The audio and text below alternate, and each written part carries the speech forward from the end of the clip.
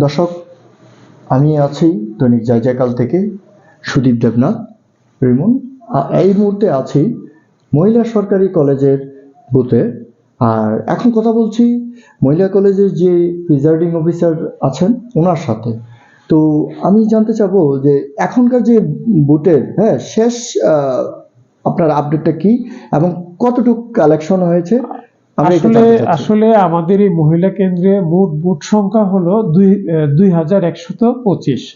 তার মধ্যে casting booth হলো 33%, 700+।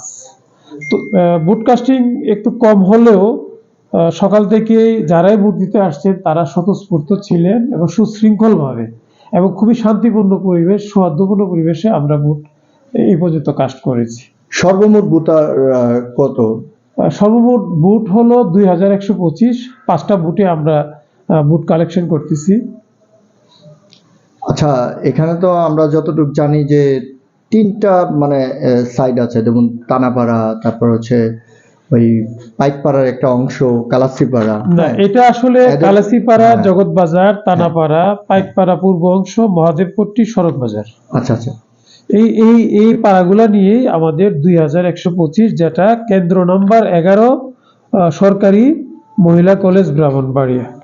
আর এই আপনাদের সর্বমোট পার্সেন্টেজ কত হবে? পার্সেন্টেজ আমার ধারণা এখন 33%, 33 or 34%। আরো তো সময় আছে 1 ঘন্টা। তো 1 ঘন্টায় আপনি কতটুকু আশাবাদী? আমি আশাবাদী আসলে এই সময়ে আমাদের মা বোনরা রান্না বান্না করার পরে ফ্রি হয়ে এই ভোট কেন্দ্রে আসেন, বিশেষ করে নারী ভোটাররা। তো আমি আশাবাদী আমরা 4:30 পর্যন্ত নির্বাচন কমিশনের সময় অনুসারে আমরা ভোট নিব। এর মধ্যে কাস্টিং ভোট ইনশাল্লাহ বাড়বে। আচ্ছা আচ্ছা। তো আপনার এখানে কোনো অপ্রীতিকর ঘটনা হয় নাই? সকাল থেকে এখন পর্যন্ত আপনারাও দেখতেছেন খুবই শান্তিপূর্ণ পরিবেশে আমরা ভোট নিচ্ছি।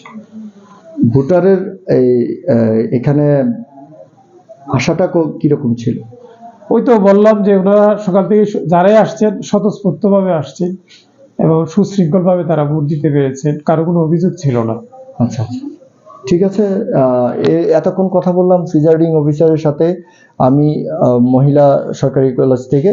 আর এটা আপনারা জানেন যে ব্রাহ্মণবাড়িয়া 3 আসনের বিজয়নগর ও সদরের যে 245 যে আসনটি, এই আসনটির থেকে কিন্তু আমি রিপোর্টটি কাভারেজ করছি। আপনার সঙ্গেই থাকুন, সাথেই থাকুন। দৈনিক জয়জয়কাল থেকে আমি সুদীপ দেবনাথ রিমন ছিলাম।